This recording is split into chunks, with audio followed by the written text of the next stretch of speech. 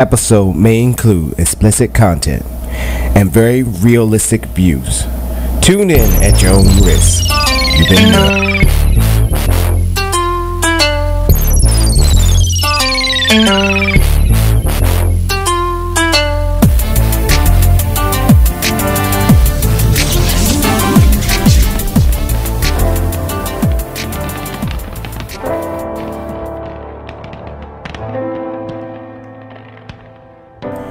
Welcome, ladies and gentlemen,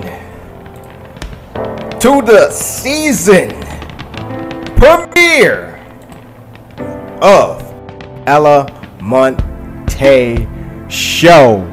Welcome, each and every of you to the show, man. You wouldn't believe it.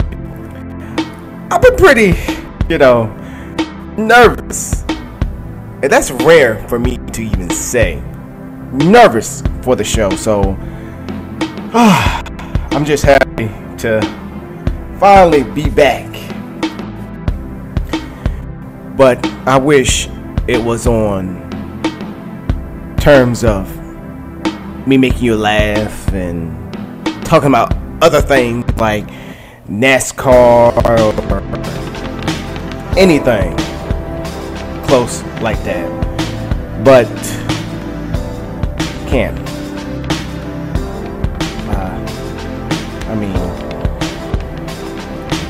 This week, well, last week alone, is nuts.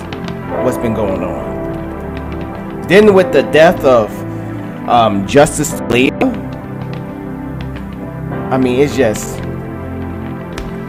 it's wow.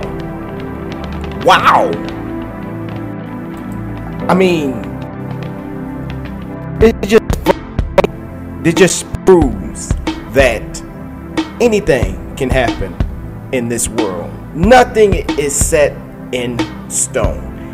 Anything is possible. And with the passing of him, honestly, I got no remorse. I don't feel bad. I don't feel sorry. And y'all probably gonna be thinking, why would you say something like that about Justice Lee? You can't say that about somebody who passed away. Yes, I can. I'm not trying to make this religious. I'm not a Christian. I'm gonna call it like it is. He's gone. Goodbye. Good riddance. He wasn't, when he was on this earth, he ain't done nothing good. So, bye. Catch you later. All I gotta say about that. Now, what we're gonna get into, what I'm gonna get into in this show is this: Black Lives Matter, black on black crime. I'm also gonna talk about the Black Panthers and a misinformed world out there who don't know anything about the Black Panthers, and also maybe some other things off the rip, So I took so much notes on this, it's ridiculous. I was ready for the show. I was. I tried so hard to see how I can make this show fun, but you can't. With all the craziness that's going on in this world, and then just make this show fun, and so much serious things going on. So, let me get into it with the first thing. Now, I will say this, and I will be blunt about it. Now, I got a lot of white friends that are conservatives and some black friends that are conservative. Now, when I ever talk about conservatives or liberals, I'm not talking about the average Joes and average Janes. I will be repeating this during the duration of this show. I'm mainly talking about the mainstream conservatives. Because mainly this whole entire show is going to be dedicated to them.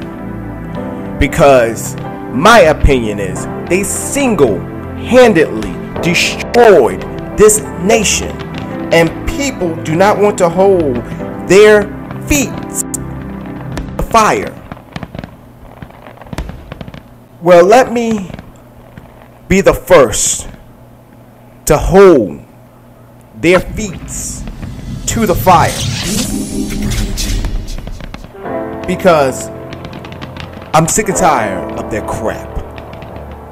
I'm sick and tired of their bull. I am sick and tired to the point of, if I see one of them ever coming to me and trying to explain their rhetoric toward me, I probably punch them in the face. That's how real it is for me. It's that deep. Because for years, they have been treating black folks like we're garbage. Like we are pieces of crap. And people have not get it. People have not gotten that they don't like us. But here's their defense. Their defense is, well, we do got some black people that believe in what we say. Those black conservatives. Those types that think that way are those ones that never cared about the black communities anyway. They talk more about downing us, what we do wrong, what we should be doing. Everything starts at home and never can come up with a solution, or at least say something to make the situation better. Nothing. They never gave President Obama. Now, I'm not expecting them to give President Obama the fair shake, but I mean, damn, you almost sound as worse as the white conservatives. I mean, name one conservative policy that helped out black people. Name one that helped out the Latino community, all poor communities, including white. Name one. I'm still trying to figure it out for myself. And as I was going through all the, Googling, researching, and when I was trying to look this up, it was, you had left wing, you had right wing. So let me get one thing clear before I continue on. I used to be a uber liberal. I mean, straight to the left. But what really turned me off to the liberals was when they finally taken Congress and they did nothing. I used to be a Democrat, but they did nothing. And that's when I was like, you know what? I need to be in the middle. I need to know what is right and wrong, even if I have to go on the other sides of the track. Even though I don't like it, I want to see what makes other people think that way. And then come in the middle and find the common ground. That's what you're supposed to do. A true believer will never learn anything new. Nothing. They believe the ways that they've been taught, probably from generations to generations, has instilled that type of teaching to them. So they're not going to change. I pride myself not being a true believer, and I'm happy with that. But let me go ahead and get to the conservative talking points that I did research on. Number 1, job creators. Number 2, tax cuts. Number 3, traditional marriage. Number 4, people who just want a handout from the government. I guess y'all can see where I'm getting at with this. So, but yeah, let's continue. Climate change is a hoax. Drill, baby, drill. And I'm talking fracking and oil. Go to American values. Never trust the mainstream media.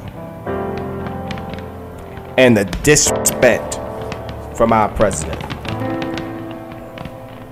Ladies and gentlemen, it never ends. All these conservative policies has an underlying tone to it, definitely when it comes to African Americans or any minorities of that fact. Here's why I would never, ever trust conservative. You never see them march in the protests to help out civil rights. You never seen that when Dr. King was marching. You never seen not one of the conservatives, GOP candidates, go to the protest for Black Lives Matter and see why they protested. We already know what it is, but go down there. See what's going on. It's that simple. Go to black neighborhoods that you are talking about how black on black crime is such a problem, how black people don't want to take care of themselves. Why don't you go into those communities that have nothing but gangs up in them and drugs and all that stuff? Why don't you go to those neighborhoods? It's just like that person be talking all this smack behind your back, but when it's time to sit there and say it in their face, they run away. I have never seen a Republican conservative go into a black neighborhood. I'm not talking about those black neighborhoods where they believe in conservatives and, you know, somewhat of a good neighborhood. I'm not talking about those neighborhoods. I'm talking about those neighborhoods that's really run down. I mean those neighborhoods where they got the freaking cars up on center blocks. Those are neighborhoods I'm talking about. Those neighborhoods where you get mad because their pants are halfway down and causing the ruckus. Go in those neighborhoods. Don't be scared. You wasn't scared talking all the crap about it. Why don't you go down there? Knock on one of the doors. Go up to those group of thugs and ask them, why are you standing on the side of the road like this? What's going on here? See, you know what? Don't even ask the question. Just listen. Just be like, I'm just here to hear the problems, what's going on in this neighborhood, so I can check myself for whatever I have to say about the black community. That I don't get it wrong. That I don't put you in that light that it shouldn't be in. But now one has done it. Now I know some of y'all are going to be like, well, Ben Carson, he went to Chicago. But that was a church function, and not to mention, that was Obama's backyard. We knew what he was doing. So it's nothing freaking new what he was doing. But I never seen any conservative help out the black community. And this is why they will never, ever have the black vote. Never. The majority of the black vote, I cannot leave out those black conservatives, They will never, ever have the black vote. Never. Because they still believe in those philosophies. Pre-civil rights. What I mean by pre-civil rights, I mean before the civil rights movement. I mean, people. I mean, for real. Conservatives, if you really bring America together, you have to understand that there are problems going on right now as we speak, as I'm speaking right now. That if you want to get votes, that you want to bring unity in this country, you have to go where the problem is. Not talk about the problem. Go to where the problem is. That's it. Which brings me to this person right here.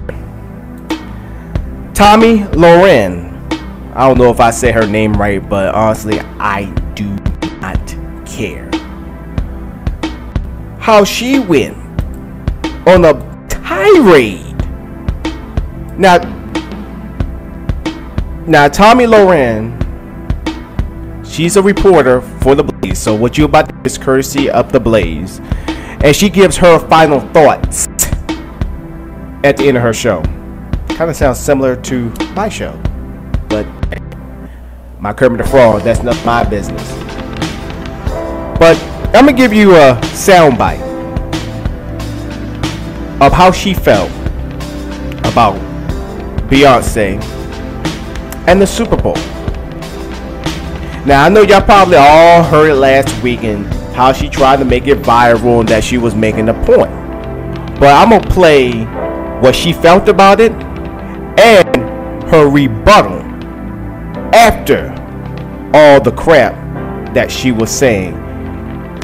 And I will be right back to give you my take. Welcome back for some final thoughts tonight. First it was hands up, don't shoot. Then it was burning down buildings and looting drugstores, all the way to Oscars So White. And now even the Super Bowl halftime show has become a way to politicize and advance the notion that Black lives matter more. This isn't about equality. This is about ramrodding an aggressive agenda down our throats and using fame and entertainment value to do so.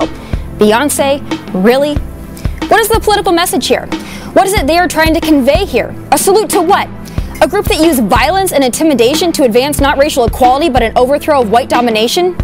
The Black Panthers, for those who don't know, were critical of Martin Luther King's non-violent civil rights movement.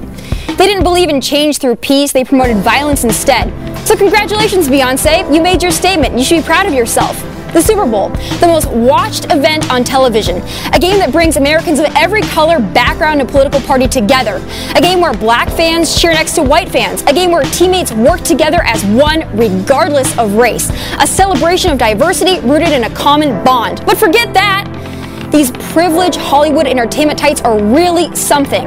Beyonce didn't reference the Black Panthers to bring about some kind of positive change. She did it to get attention. Good for you. You made headlines. You, just like President Obama, Jada Pinkett Smith, Al Sharpton, and so many others, just can't let America heal. Keep ripping off the historical Band-Aid. Why be a cultural leader when you can play the victim, right?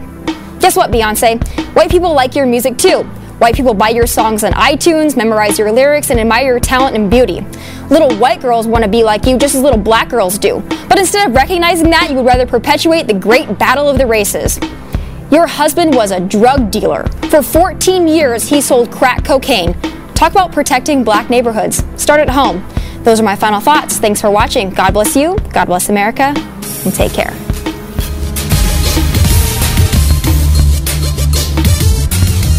To the Black Lives Matter folks, to the militant Bayhive, and to those that have nothing better to do than post nasty comments on my Instagram, let's get something straight. You don't scare me, you don't intimidate me, you will not silence me, you're bullies. My assessment of the Beyonce Super Bowl performance was not racist in any way. My message was clear. America should be coming together every day, but especially on America's game day. If you want to pull apart my final thoughts and stick together the parts you take issue with, go for it. But if you'd like to educate yourself, visit facebook.com/TommyLaren and watch the whole segment. I have nothing against Beyonce. I pointed out that white people love her, little white girls look up to her just as little black girls do. Please tell me what is racist about that. Truth is, some of you aren't interested in a real conversation about race. You'd rather go on the attack against anyone that dares question your aggressive, divisive, and damaging agenda. Beyonce did not salute Martin Luther King or leaders that fought injustice with dignity. She chose to pay homage to a group that advocated violence as a means to an end. She, while flanked and protected by law enforcement, both white and black, chose to use her platform to agitate progress and encourage division. There is still racism and prejudice in this country. I am not disputing it. But don't you dare come at me with your hate and your call to violence and your threats on my life and tell me racism is a one-way street. It's not. If the best and most intellectual argument you can put up against mine is a barrage of name-calling and harassment, I feel sorry for you. If you believe the way to equality and understanding is through violence and profanity, I feel sorry for you. If you choose to use the First Amendment to attack, harass, and degrade me on Instagram, I feel sorry for you. But unlike you, I will not call you names or tell you to die or encourage you to spend less time on Instagram and more time on productive activities. But I will pray for you. Those are my final thoughts. God bless you, and God bless America.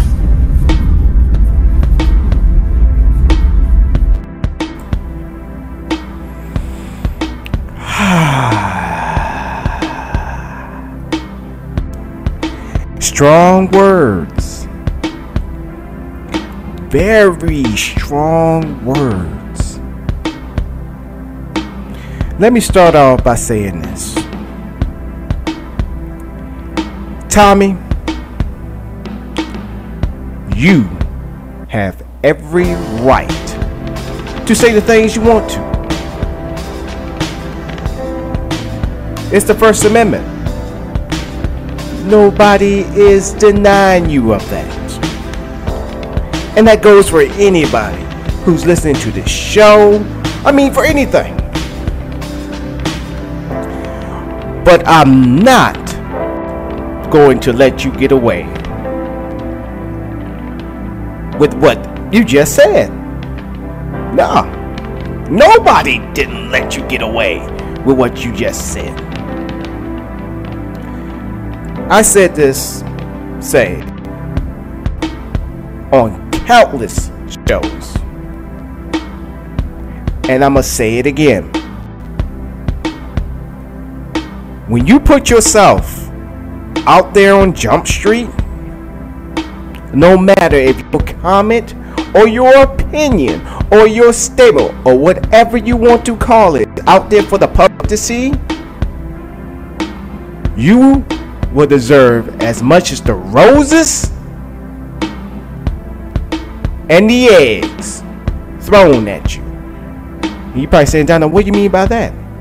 What I mean is, as much as people that may agree with you, you will have just as many people that dislike you. So don't get mad because you knew for yourself you was going to get a reaction. This time you got your hand caught in the cookie jar. Well, I wouldn't say cookie jar. You got your hand caught in the beehive, literally, and you got stung. Educate yourself by going to your Facebook and looking exactly what you just said. I think the beehive heard what you said. Do I believe that they should win at you and threaten your life? No, they shouldn't do that at all. But you tell me, should you blame a bee for stinging you if you put your hand in the beehive? Did you put your hands around the honey? I'm just saying. You stirred up that nest. You did.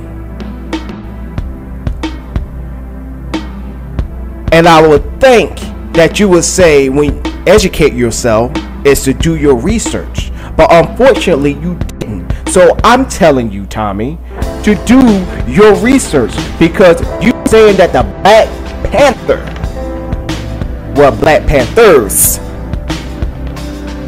were a militant gang. basically what you're saying, that promoted violence is that conservative rhetoric of y'all not knowing history. Well, black history, which y'all tried to stop, but unfortunately that didn't work out. So let me school you on this terrorist group called the Black Panther. Have you ever heard of the 10-point program? And I'm not talking about no weight loss program. I'm talking about an actual 10-point program that they put out with the sanction of what they want to achieve for the black community.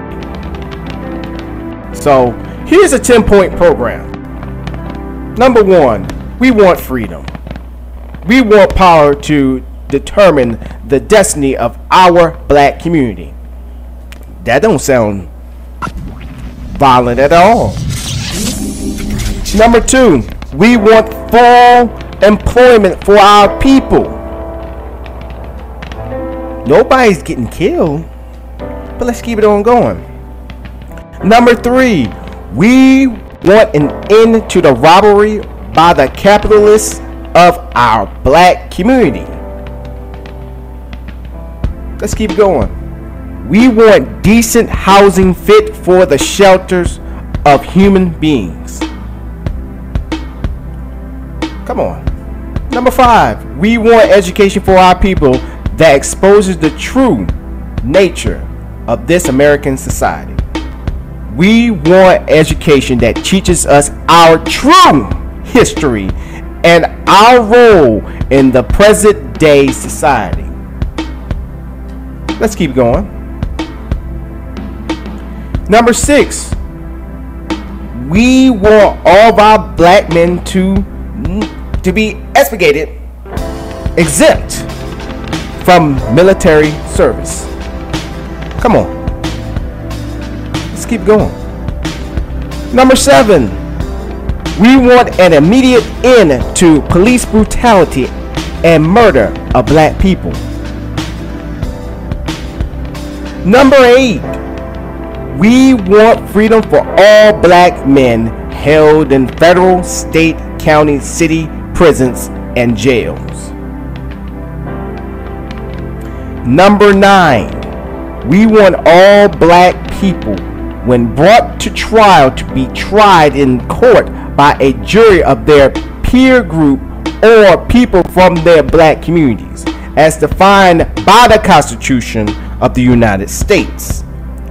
And number 10, we want land, bread, housing, education, clothing, justice, and peace. So, Tommy, so what's so violent about that? What's so violent that is threatening your way of living?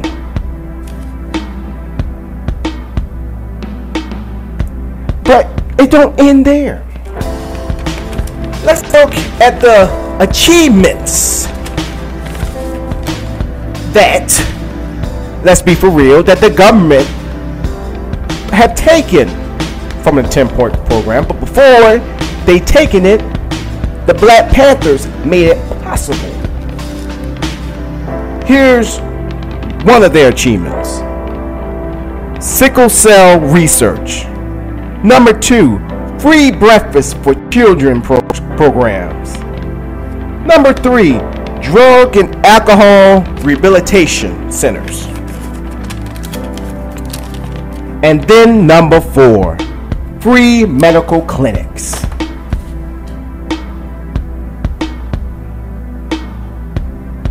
So what is so violent about that? What was wrong with paying tribute to the Black Panther? And not to mention, it was actually paying tribute to the Black Panther women being in the Black Panther. So you are already off track. Black Panthers have not caused anybody harm, definitely of the white race. They was doing more of defending the black people. What's wrong with that? and telling us to unite, training us for self-defense. What's wrong with that? You live so much in your bubble that you don't understand what's actually going on. We got a fantasy land. Look, just like the laws of attraction that says for you to get what you want, you have to already believe that you have it, and then eventually you will get it. You have to believe that you already have what you want.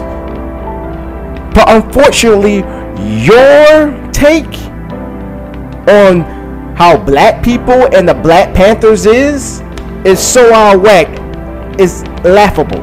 But then again, it's not laughable. It's sad. It's very sad. It's downright, like, really. So, I learned this from a friend of mine. Do your research.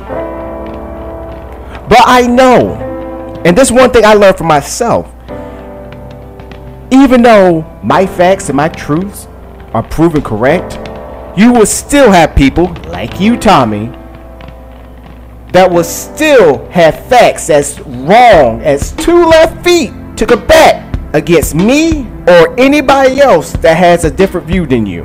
And I understand that. But history will always prove you wrong, no matter if you want to accept it or not.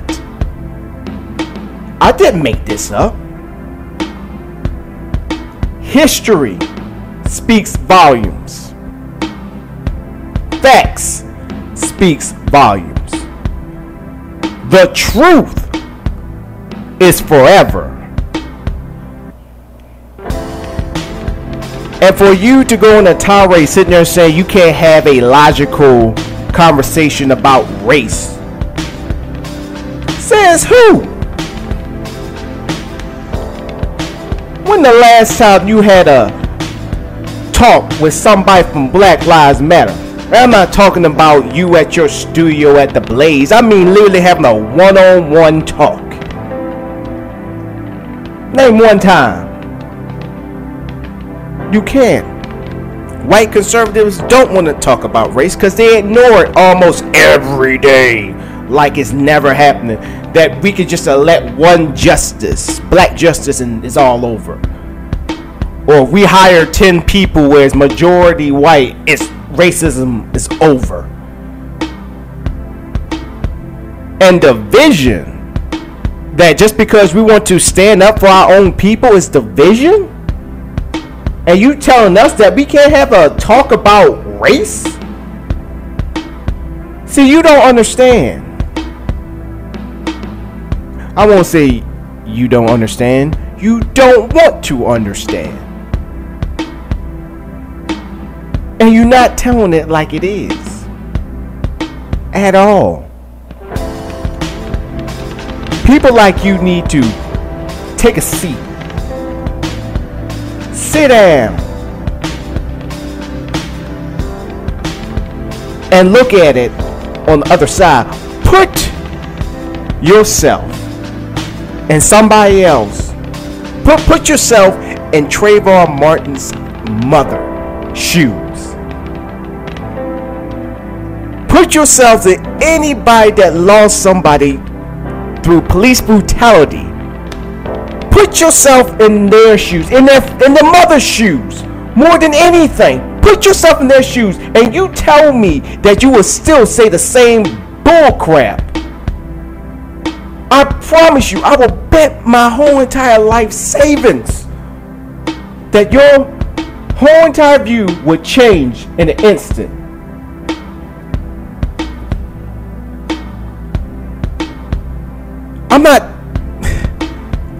I'm not sitting there saying I'm preaching to the choir, but for anybody to talk this kind of bull crap, you better come correct. And unfortunately, you are just as lopsided, just like Carolina when they played in the Super Bowl.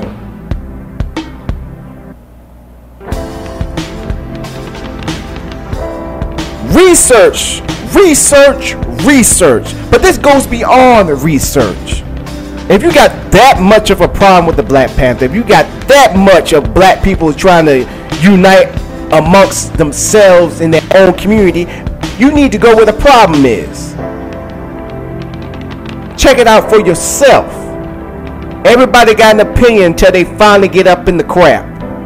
I'm trying to edit myself on the show, ladies and gentlemen. I would cuss, but I'm not. But you know what I mean. People can talk about war, but never seen it. People can talk about how this is hard work and all that stuff and never experience or work in a day in their lives. People say they experience this and experiences that, but when the chance come up, they quick to run. That's you, Tommy. You are a journalist. I'm not a journalist. But tell you the truth, even though researching for this show was painful because I had to look on both sides, it was actually fun. No lie. It was actually fun. But unfortunately, you just research what you want to research for the status quo. And I hate to break it to you, sweetheart, the Blaze is living up to the name, and I'm not meaning that in a good way. So if I was you, I'd be seeing if I can intern for Fox News. Just a word of advice, because they don't know anything about journalism at all or news. You sound exactly like them, so you might as well just beg, get on your knees, and hope that they will give you a show or something, which they probably will. So hopefully, if you hear this show, do your research. Stop scaring white America. Stop it. Definitely when you don't know what the hell you're talking about. Or do your proper research. Stop going on these vignettes, because that's what they is.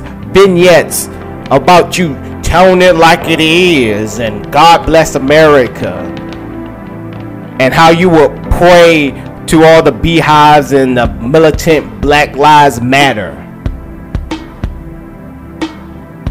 Because honestly, me as a Wiccan, I'm not going to speak for everybody, but I believe everybody who's against you will agree with me when I say this. You the one that needs the prayer. Because I can imagine if you was in a room full of black people, I can just imagine how uncomfortable you will feel. I can just imagine. But don't never, ever, ever come out the side of your neck against my people ever again. Because I know they already just dragged your name through the whole entire week. And me, I think I'm just the final stamp on the ashes. Because everybody already burnt your ass. So Tommy, Loran,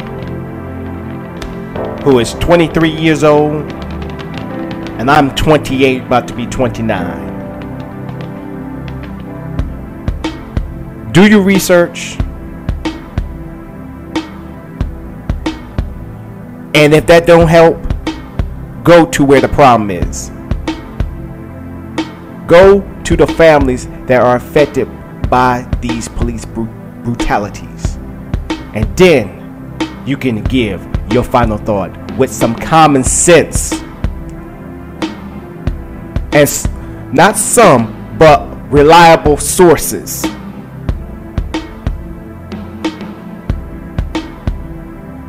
But in the meanwhile, have a seat.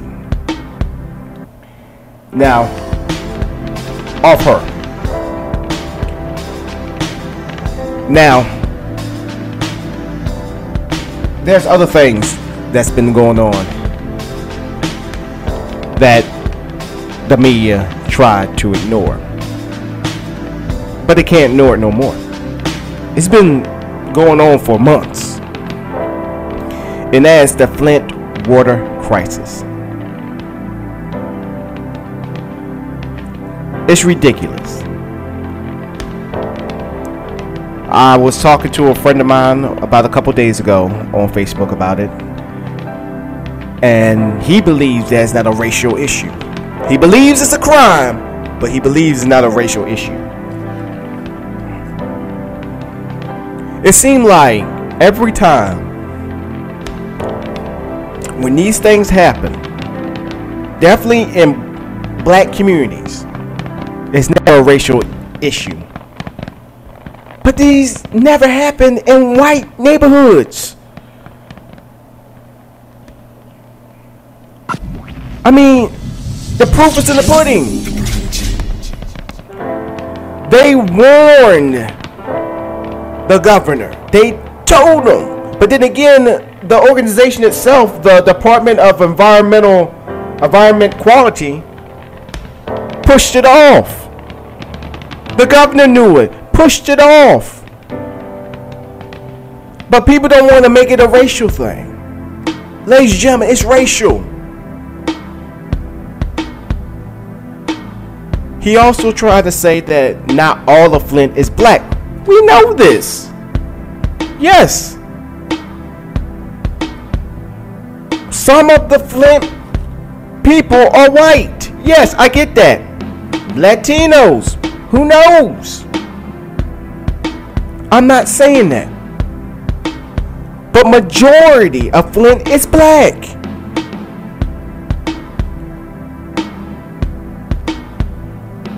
And it's sad. If you want to see what black genocide look like, there it is. And they still getting this nasty ass water.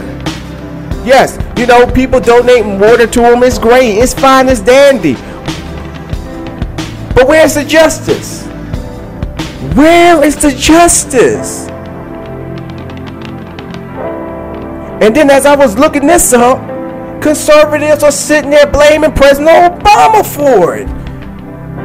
Conservatives, what else you gonna blame the president for? You gonna blame the president because you tripped and fall and bust your head? Or you just realize that your freaking IQ is no lower than freaking 30? This governor, Snyder, whatever the hell his name is, he should have been out of office. But I guarantee you, if it was in a suburban area, he would have been gone by yesterday.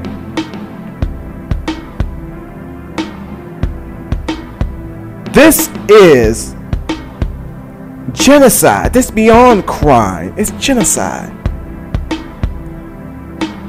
I guarantee you when he first heard this, he probably was thinking like, who gives a who about those Negroes? Who cares? We don't care. I don't care. F them. I guarantee that's what he was thinking.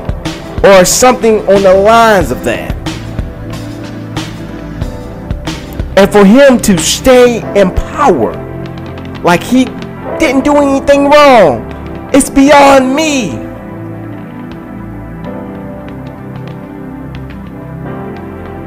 It's sad knowing that kids and also adults that have lead poisoning that affects the brain. And the funny thing is, I was actually watching a movie. I believe it was a black exploitation movie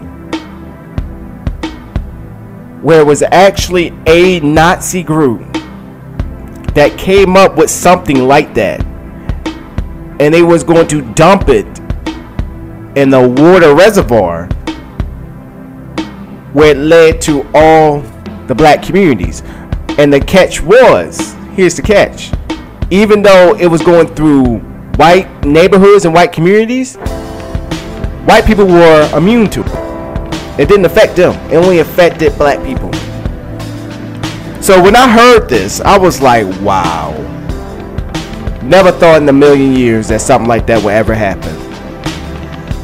I wish I had that movie's name. That y'all can look it up on Facebook. I'm not Facebook, I mean YouTube. It's amazing. And it's sad and it's heart-wrenching. People want to just brush it off like this is just a crazy act that unfortunately happened. No, it's not unfortunately it happened. It's been happening. It's unfortunate that now all of a sudden people care now. That's the unfortunate part. And people get mad when you bring up, oh, why y'all making a racial thing and all that stuff when majority of the community is black.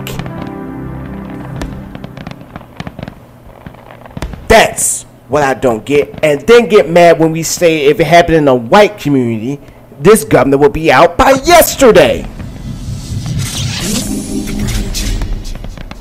Because it's true. And you know it. And people try to pass off racism like it ain't nothing. But quick to jump up and say reverse racism is real. Get out of here. A system that your ancestors created. Now all of a sudden, your own creation is becoming your own worst nightmare. But what do we got to take from y'all? We don't got no power. We don't own no land. Like what? And disclaimer, when I say conservatives, well, white conservatives, I'm not talking about the regular everyday white conservative. I'm not talking about y'all. Because just like every average Joe and Jane, including myself, we don't know no better. That's why there's a thing called knowledge. That's a thing we need to get ahead when we have these mainstream liberals and conservatives that sit there and try to brainwash us. I won't say brainwash us. I mean, just say crazy stuff out the butt. And we can catch them on it. That's it. For us, average Joe and Jane, because I learn something new every day. Me, I just want to call it like it is. And the white conservatives, the mainstream white conservatives, who are sitting there downplaying racism, this is, it's right there in front of your face. Right there. I mean, it's ridiculous. Bad enough. Detroit look like Mad Max Beyond Thunderdome is there. You probably might see Max drive this Ford Mustang all through there, all black, just driving through. On one end, the auntie got her Thunderdome right there and her little palace right there. I'm shocked they don't have a place called Bartertown there. And then this, because majority of that part of Detroit is black. And it's sad as hell. So for anybody who's listening who's been affected by Flint, or who's up there living up there in Flint, my blessings goes up there to y'all. Each and every one of you. Black, white, Hispanic. So, keep y'all heads up. Change is coming. Get that damn governor from power. Do it the best way you can. Vote his ass out and everybody else in your Congress. Vote them out. because they seem like they don't care about you. So guess what? We ain't gonna care about you. Get out.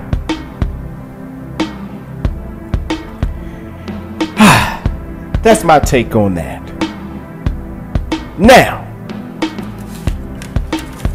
let's go on to the real matters at hand. Ha ha ha, it's kind of funny.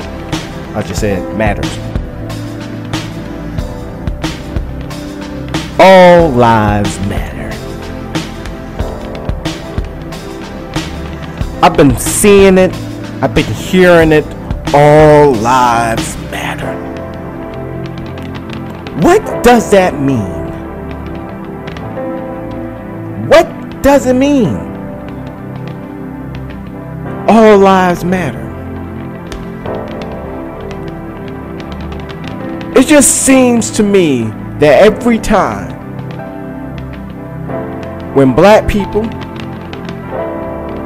or Muslims, but mainly black people or any minority, tries to stand up for their own people, you will have a white conservative come up and say, well, all lives matter. Everybody goes through the same thing. Your case is no different. What? Really? Come on. Help me understand.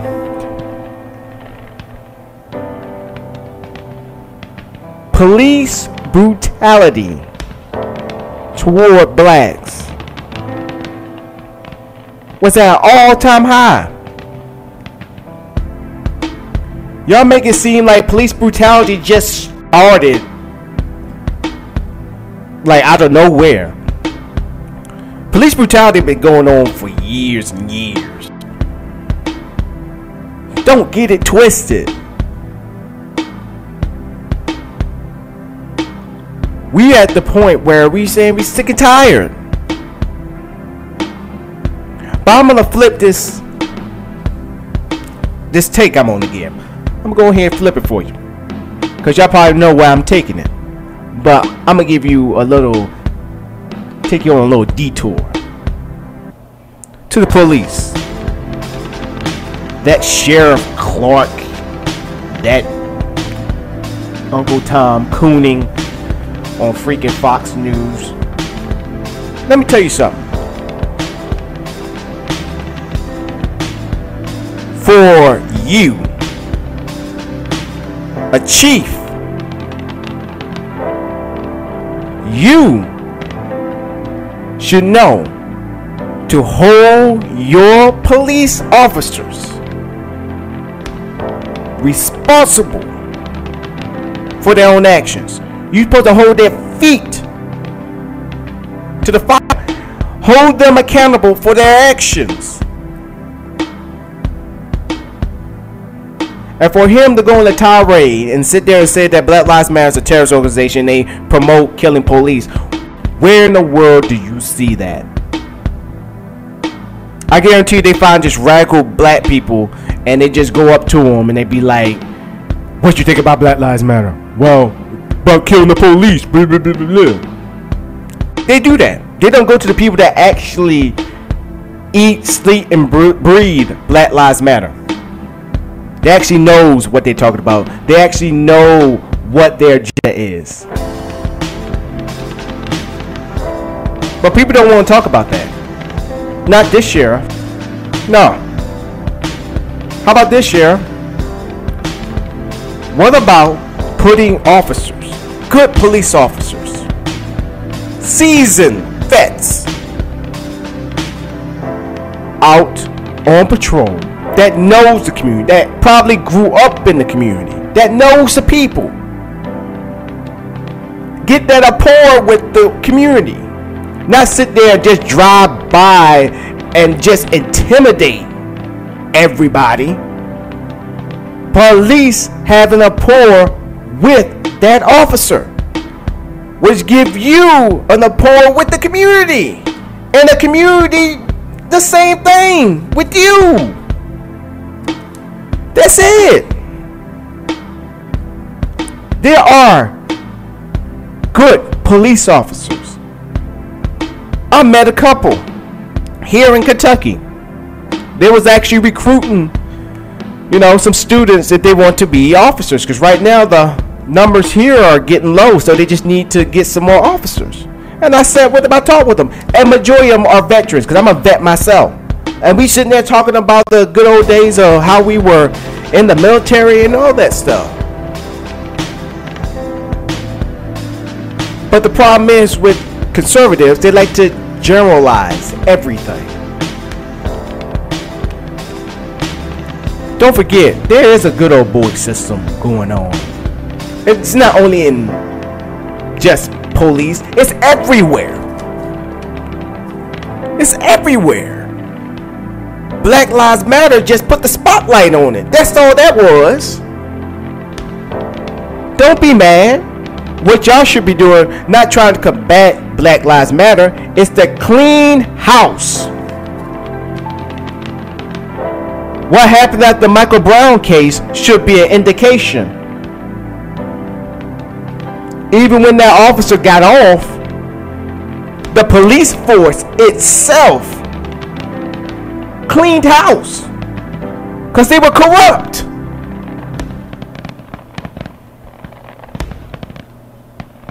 So they should tell you something. Thank you, Black Lives Matter. They stepped up every time when police brutality happened. And for that good cop that sit there and let these rogue bad cops get away with it, you are just as part of the problem. Even if it risks you losing your job, you have to stand up for what is right. You are literally protecting and serving, even when you call out your own comrades. You don't have to do it in the public. You can pull them to a side, black man. You know that's wrong.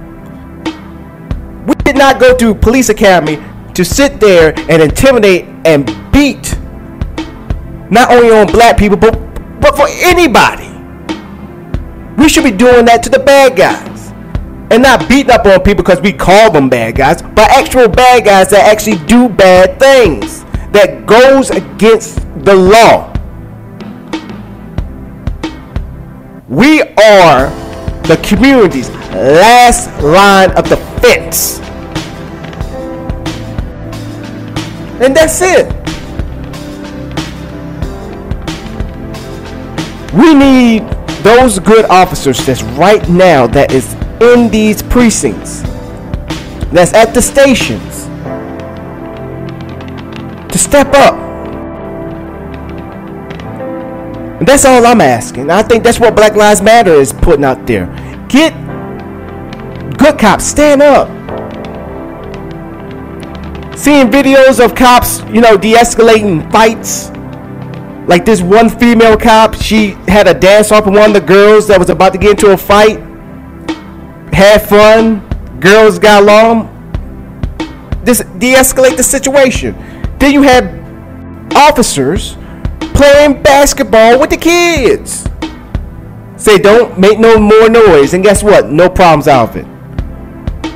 One where the officer actually pulled over a pedestrian, pulled them over for a citation, and bought them the Christmas gifts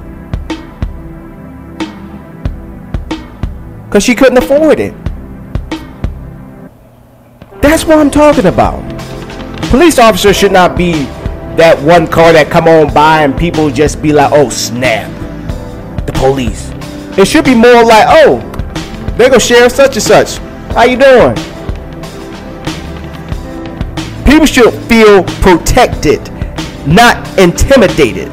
It's a difference.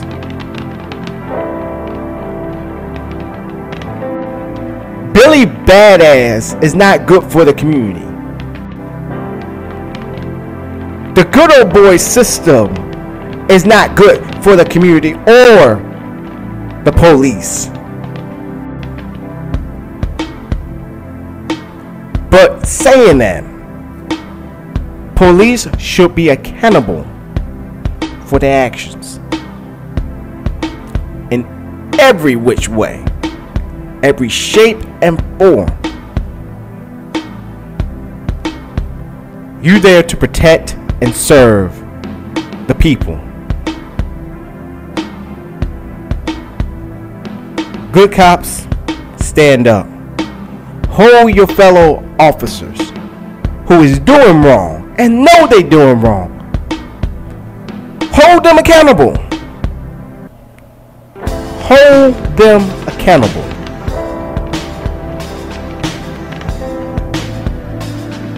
Now, let's get back on the main road. All lives matter is when black lives starts to matter. When Muslim lives start to matter. When Hispanic lives start to matter. That's when all lives start to matter. It goes back to what I was saying earlier in the show. Racism don't exist, but reverse racism, it exists. It's alive. Alive! It don't make no sense. Even though this is my only tiff with Black Lives Matter, is when they got on stage and they interrupted Bernie Sanders. That right there was rude. Very rude. But everything else, I agree with them 110%. Like what happened in Baltimore when the riots happened. They blame that all on Black Lives Matter. No. Let's stop it. Stop it right there. See, what the media don't want to show you, Black Lives Matter was having peaceful protests, which they didn't even show. They just show looting and people stealing all that stuff. But let's think about it here. Let's go back in history. This same thing happened during the Rodney King. This also happened when Martin Luther King got shot.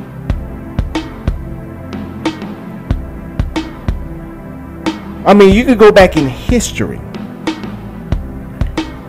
They make it seem like black people were the ones that came up with rioting and throwing all this and throwing all that.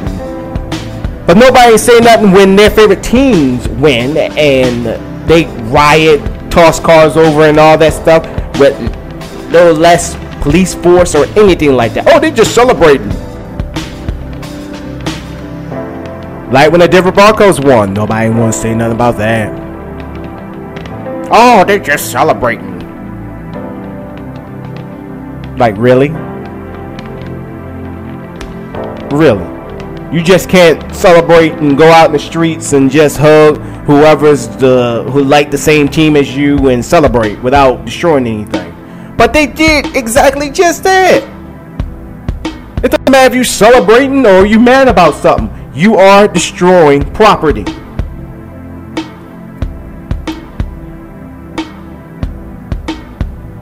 Anger versus excitement. But you get the same results. A community damage. I don't get it. Black Lives Matter being credited for killing police officers, which I do not see anything that projects that. When Black Lives Matter came out, police brutality went down. It's not saying that they eliminated it. They just brought light to it, which brought it down substantially. So much for killing police officers. It's just another conservative rhetoric that they're trying to spin, like they've been doing to black people for years. It just make us seem like animals. Like we should be more like Larry Elders and Who's that other one? Peterson. I can't even remember his own time naming. I'm happy I don't. Those conservatives. Be more like them proper. And just pretend slavery never happened. That I have every opportunity, just like anybody here in the world, to succeed.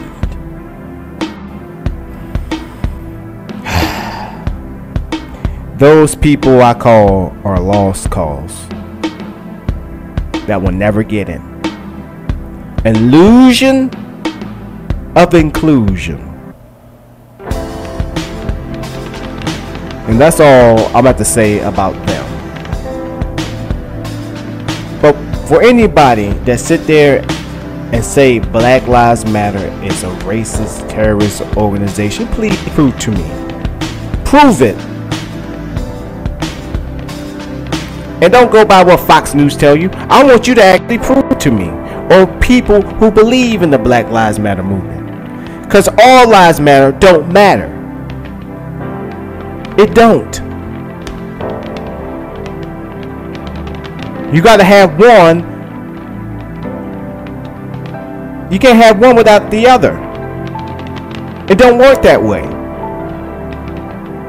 We've been talking about unity for a long time. Help us out.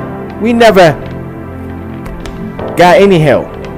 But you conservatives are the ones complaining, oh, we need to stop handing out stuff to people, quote unquote people. Stop handing it out. But we asked for your help and you never helped us out. Never say anything good about us at all. Nothing. Nothing at all. And it's freaking sad.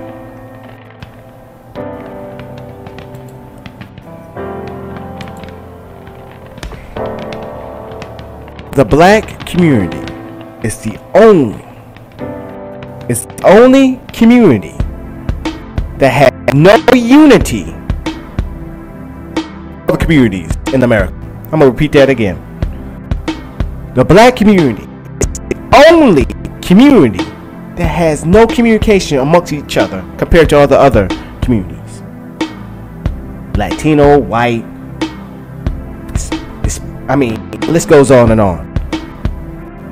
And for us, before we can unify with anybody else, we got to start with us. Stealing the logic from the black conservatives, I'm putting a twist to it. Because they are right about one thing. Everything starts at home. It starts at home. This is true. But what I mean by start at home, it starts with the black community. Black people, we need to start looking out for each other. Just because our lives are going well and swell does not mean we should not care for what our fellow brethren are going through. We just can't sit there and judge our lives saying that it's going good, that you can have it, if we never stepped a foot in your shoes. We should help them, build them up, do anything in our power to help each other out. Have unity amongst ourselves, not only with, picking them up when they're down. I'm talking about businesses. I'm talking about politics. I'm talking about anything and everything. The Black Wall Street. Look it up. Saw how they did it. I don't know there's too many Black Wall Streets out there. If there is, please somebody let me know. How the Black Wall Street worked, how they did it, is amazing. It's almost like it's ancient history. It can be achieved, it can be done. But we need to throw our prides aside and come together. And I'm also extending the olive branch to the black conservatives. The extreme right you are. We all need to put our differences aside and realize that it is a problem in the black community, and we need to straighten it out. We have to. We got to. It's a must. I don't care if you as far as me in Kentucky and you in Flint or you in Florida. We all need to come together. Stop looking at each other differently. Just because one is highly educated and the other one is a high school dropout don't make you no different from them, and vice versa. You should use that book smarts, and that other person should use their street smarts to come together and build up a community. That's my advice to you. Look up Black Wall Street. Read how they made it work. It's not rocket science. All we got to do is help each other out. We did it for years. The immigrants didn't come up with that. No offense to all of my immigrant brothers out there. I'm talking about the Irish, the Polish, all y'all. I'm not throwing no shade. But we started that first. We did that. We all came together, helped each other out. We invested into each other's businesses. We stuck our neck for each other. That's what we need to go back to. Where gangs can just be gangs of making money, not even with drugs, but with business. Like the Crips could be car dealership, selling cars, trucks. And the Bloods could be selling clothes, their own clothing line. Yes, they can have a rivalry, but a business rivalry where nobody's getting killed, nobody's getting beat up, or nothing like that. But a mutual respect. Even though they are rivals, they can still buy from each other and other black businesses. That's it. Ladies and gentlemen, that's nothing wrong with it. There's nothing wrong with that at all. Nothing. But that is my task for you. Look up Black Wall Street. Look at that story that they don't even teach in school or in college. It's a great story, but at the same time has a horrible ending. And I'm not going to spoil it for you.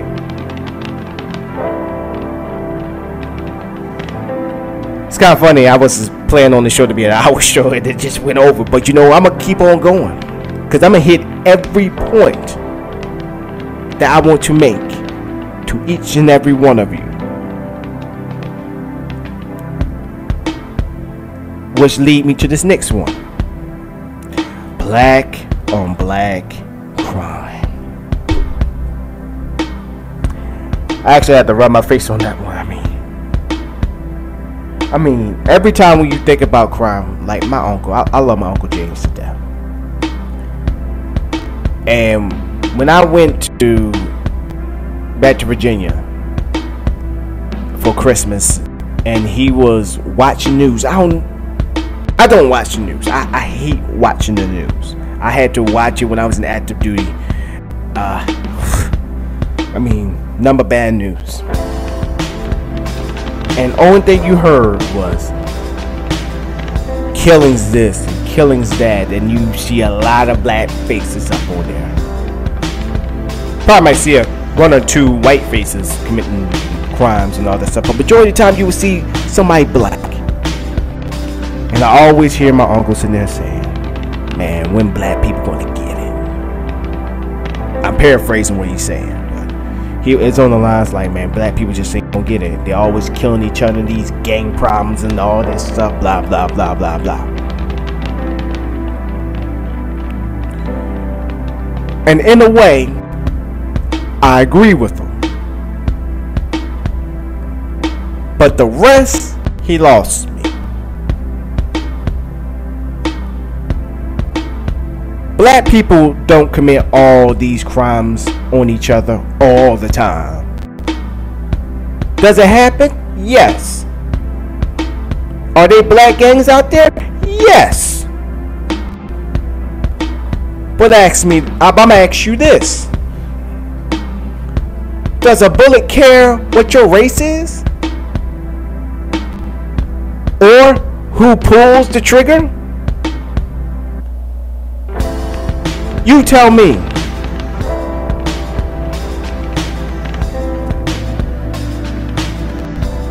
But I'm gonna give you a detour because you probably already know where I'm going with this. So I'm gonna give y'all a little detour on what I really want to say.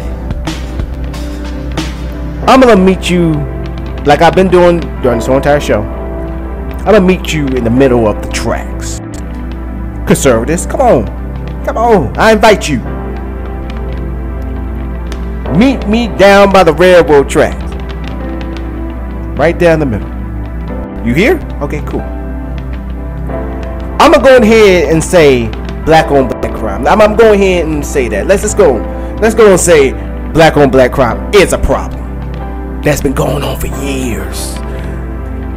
This is something that we should worry about. This is the biggest thing that the black community should worry about. Black on black crime. Alright, I will play your game. So, let me drop some knowledge on you.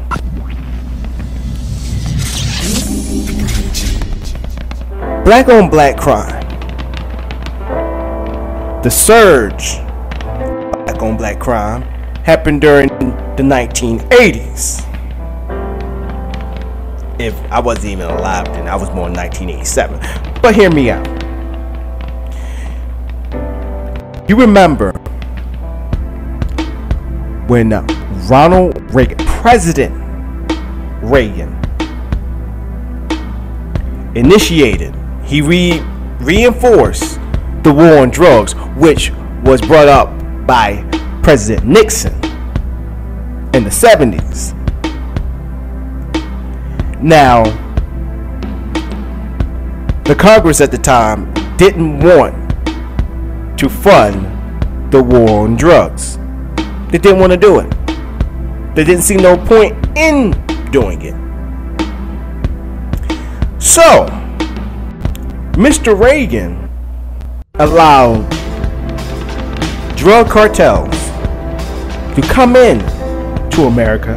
Not only let them, he had one of them on his payroll. Yes, he did.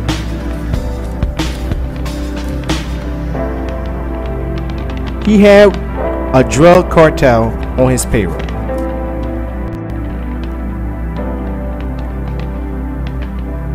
And he flooded drugs all in the black neighborhoods and Hispanic neighborhoods.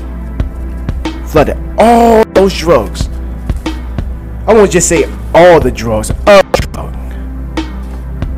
That drug name was cocaine, aka crack, which started black gangs. Well, black gangs went up because now you got territory, now you got the stuff to sell it, money. This happened all over America. It became an epidemic. And you're probably saying, well, Morris, you talking out your ass. Okay. Do a ex-crack dealer, well, notorious ex-crack dealer by the name of Freeway Ricky Ross come to mind? Now, I'm not talking about the rapper. This man was notorious in LA. Freeway Rick Ross, or Ricky Ross, sold cocaine all through LA, as well as selling it all over this country, but he was mainly known in LA. Uneducated, but this man sold drugs, and his contact was part of that drug cartel that was on the CIA's payroll. Come on, people. And that's when the crime rate started to go up. And when they felt like Rick Ross was getting too bold for his britches, getting too uppity and making too much money, they sent him to jail. And his contact was deported out of the United States. And Mr. Reagan got all that money for his war on drugs, which still exists today. Which it was racist from the start because it only went to black communities. You want to know why black on black crime is a problem? It's because of your conservative rhetoric that started it. You put the drugs up in the community, had people fighting over it, not to mention fighting over it, getting that high and dying. And then not to mention the needles themselves had AIDS. So you got two epidemics in one. But people don't want to talk about that. Conservatives don't want to talk about that. They just think drugs just happen to be in these neighborhoods. Give me a break.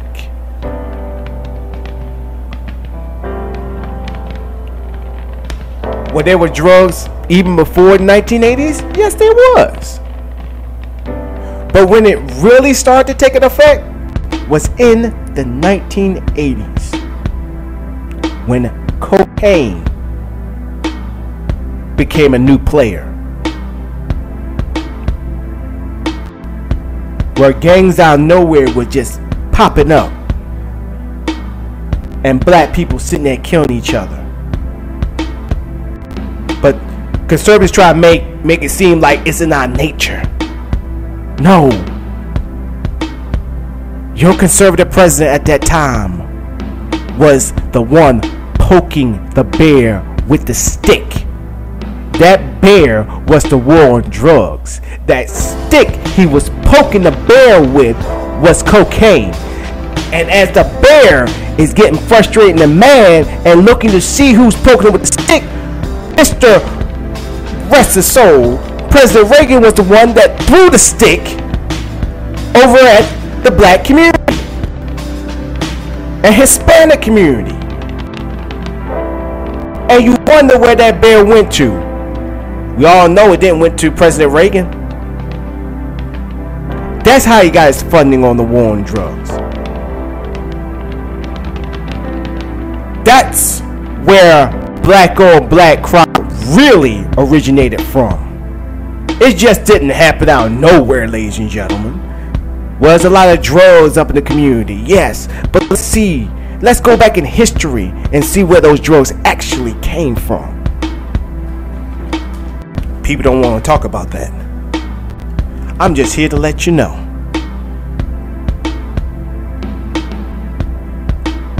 And it's a damn shame that the black conservatives still believe that black on black crime is the problem.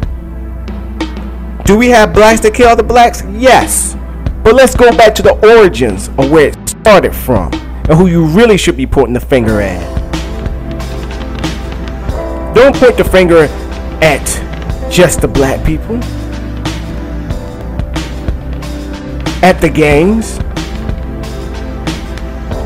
should be pointing it at the conservatives. Each and every one of them. As much as they were the contributors to it, they didn't even fess up or apologize or at least try to fix it. They pretend like it never happened. And like I said, like it's our nature to kill each other. But like I said, I'm going to meet you in the middle of the road. If you want to talk about black on black crime, where it really started.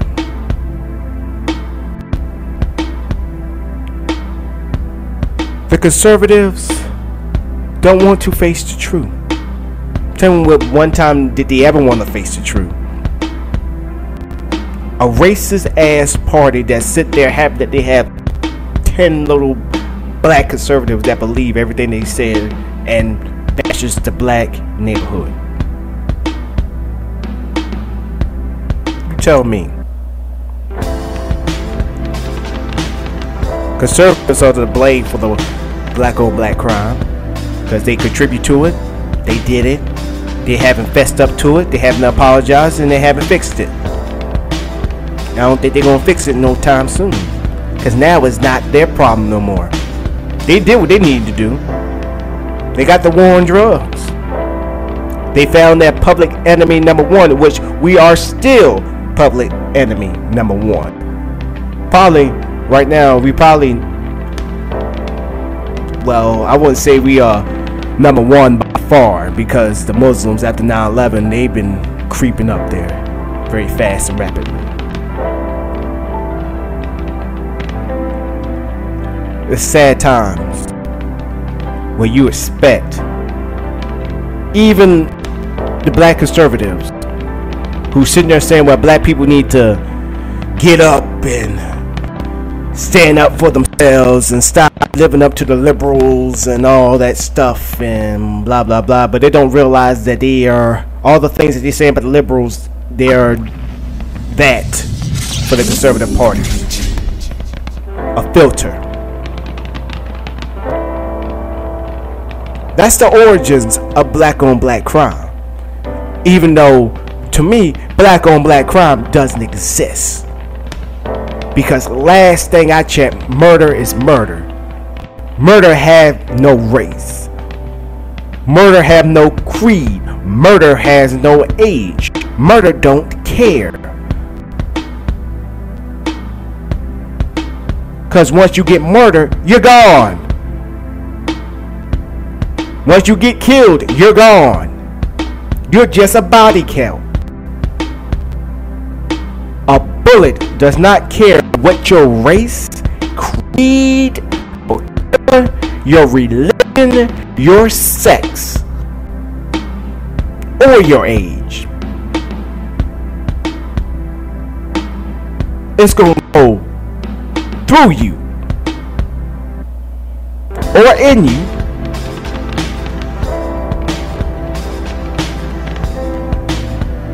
And whoever shoots the gun, doesn't matter what their freaking race is. Because if you shoot somebody, damn it, you shot somebody. And it shouldn't matter who the race is. Because just like every black, white, Muslim, Hispanic, anybody, man, woman, or child,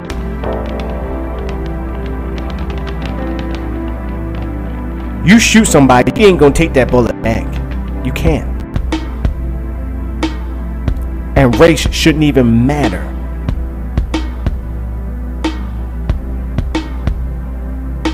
It's murder.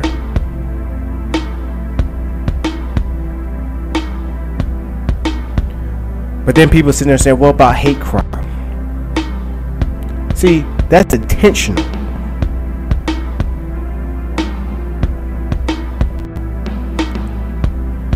That's intentional. That's a hate crime. They really want to go out there and kill whoever they hate.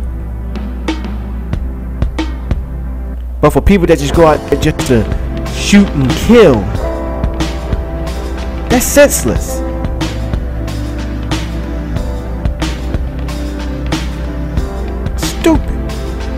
But at the end of the day,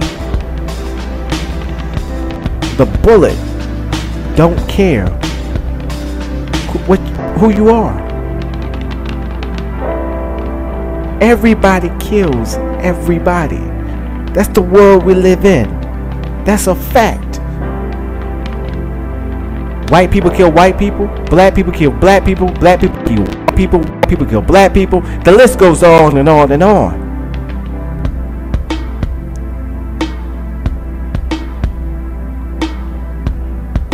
It's that simple, ladies and gentlemen.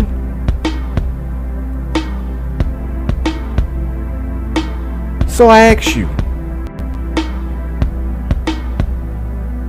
so does race really does matter on who's killing who? Well, if you look at it, we all killing each other. And I'm not even talking about with bullets. We talk about words, policies, and all that stuff. Flint's a big example. Like, really?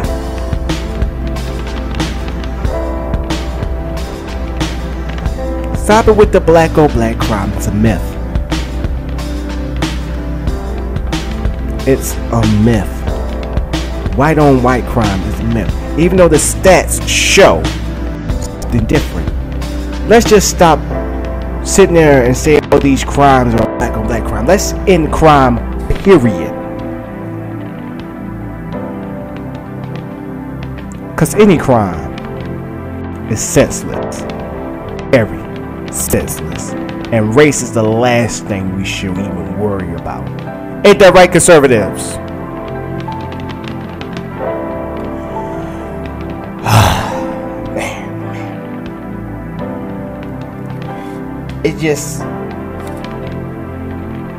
It tears me up that I have a very political show. That's not even my MO, ladies and gentlemen. If you listen to my show, this is the last thing I ever want to do. I want to have people smiling and joking around, but when you got so much serious stuff going on in this world, sometimes you just can't help it. You got to bring it to people's attention.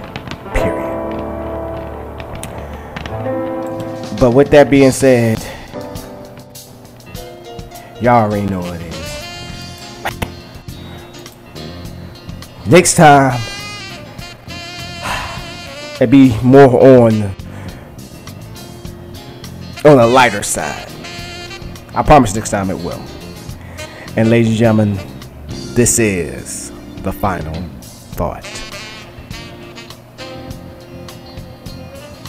We live in a world where people like to tell it like it is, who believe their way just because it was taught many years ago. This is how it is. They expect that out of everybody else, and if they don't get it out somebody else, they wrong. For those people that think that way, change is here. Change is now. And for you to progress, you have to change not only your philosophy, change yourself. You don't have to change for the people that are encouraged to change, that are open-minded. Change for yourself. Because when you sit here walking and everybody's running past you,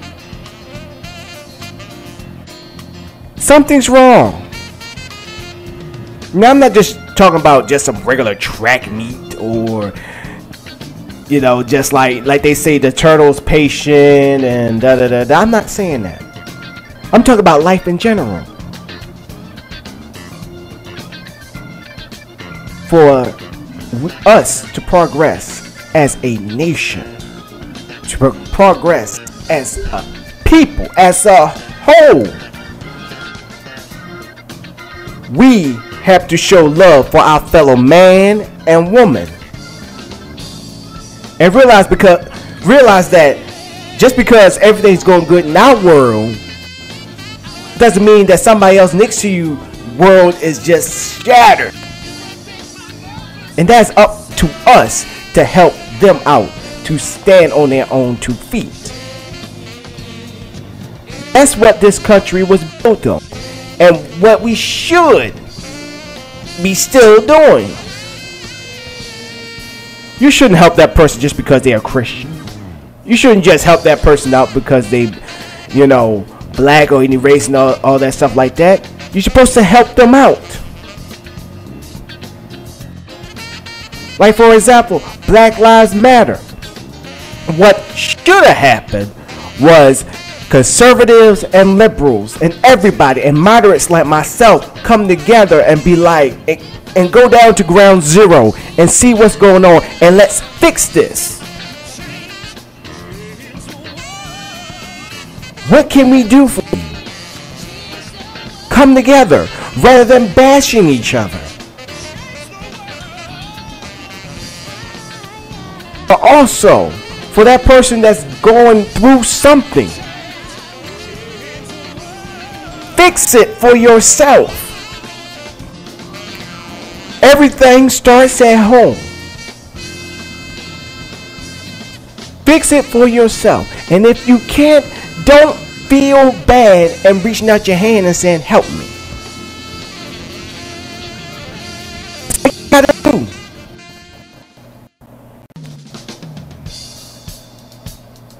For us to be unified, first, number one, we have to fix it ourselves. See what we can do for ourselves. Number two, if I can't fix it inside, I'm going to call for help. Help me. That's unity. Unity is not sitting there overshadowing somebody's problems with somebody else's. That's not solving the problem. That's not solving anything. That's not sitting there. I mean, that's like sitting there saying, well, this person's house is burning. And then the person next to you sitting there saying, well, anybody's house could be burning, but we cannot sit there and care so much about your house burning. We all matter. All of our houses matter. It don't work like that. Let's stop ignoring the problem and let's deal with it together. But ignoring the problem and still trying to come together just because somebody else can have that same problem is not unification at all.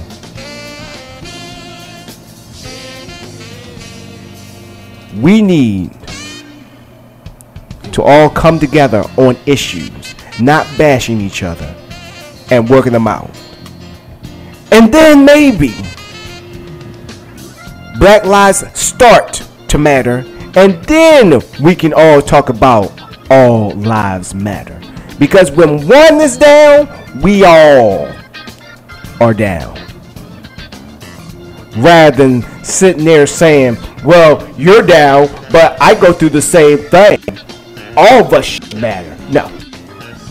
When one person down, we should all help that person. We should all help that group to make it right. And ladies and gentlemen, that will do it for me. It's time for me to head on out here before I go on another tirade. But I promise next show will be fun, hopefully. So, just so happy to have my season premiere on the show, so I'm happy. But with that being said, I have been your host for the Alamonte Show, Donnell Alamonte Morris. You can tune in Wednesday, same bad time, same bad channel, at 6:30 p.m. Central Time. Once again, 6:30 p.m. Central Time on Spreaker Live. So don't forget to tune in. I will post it up on my Facebook and on Damn Entertainment. Also, check out our website at a31ep.com. Once again, at a31ep.com. So you can listen to the show right there and also catch up on me and what else is going on with the Alamonte Show. And also you can listen to the Alamonte Show on the WiganFL.com. And that will do it for me, ladies and gentlemen. And remember, we discuss, you decide. I, ladies and gentlemen, got to go. I got a life to live. I got to do some homework, watch a movie and all that great stuff. I just got to go. Catch y'all later, ladies and gentlemen. Goodbye.